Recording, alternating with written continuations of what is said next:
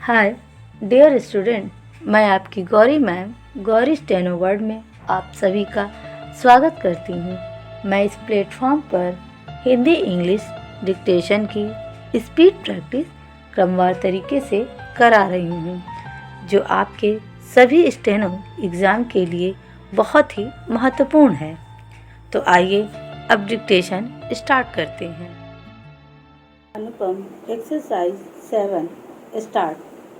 भारत की सभ्यता एवं संस्कृति के विषय में यह बिना किसी विवाद के स्वीकार किया जाता है कि वह संयुक्त राज्य अमेरिका और पश्चिमी यूरोप के देशों की सभ्यता से बहुत पुरानी है, परंतु साथ ही साथ इसमें कोई संदेह नहीं कि आर्थिक दृष्टि से भारत एक अल्प विकसित देश है।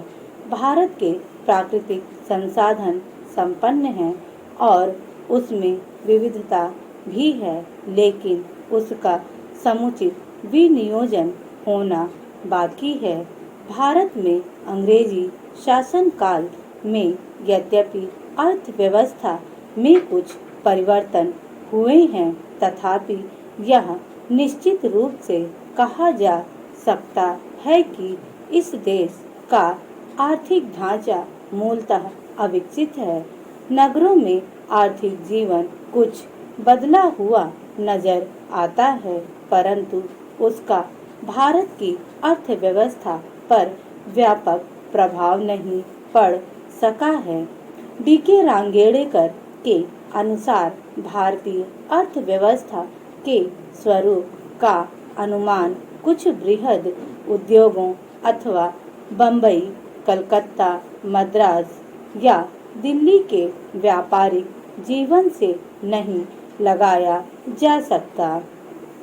18वीं शताब्दी की समाप्ति तक भारत साम्राज्यवादी शोषण का शिकार नहीं हुआ था, इसलिए सामंती उत्पादन संबंधों के बावजूद भी यह देश ब्रिटिश भारत की तुलना में समृद्ध था। भारत की आर्थिक संस्थाएं, उत्पादन विधियां और तैयार वस्तुएं उस काल के किसी भी उन्नत देश की तुलना में नीचे स्तर की नहीं थी। भारत के आर्थिक विकास से प्रभावित होकर कार्ल मार्क्स ने लिखा था, हाथ करघों और चरखों तथा उन पर कार्य करने वाले हजारों बुनकर तथा जुलाहे भारतीय अर्थव्यवस्था की धुरी हैं। यूरोप में अनंत काल से इन भारतीय श्रमिकों द्वारा उत्पादित श्रेष्ठ सूती वस्त्रों का आयात होता रहा है और वहां से बदले में मूल्यवान धातुएं आती रही हैं। इसका भुगतान भारत को स्वर्ण और रजत के रूप में मिला करता था। यह इस बात का प्रमाण है कि भारतीय अर्थव्यवस्था यूरोप के देशों से अच्छी थी, परंतु इंग्लैंड में औद्योगिक क्रांति हो जाने के बाद यूरोप में जो आर्थिक विकास का दौर प्रारंभ हुआ, तो ये देश विकास पथ पर अग्रसर होते ही गए।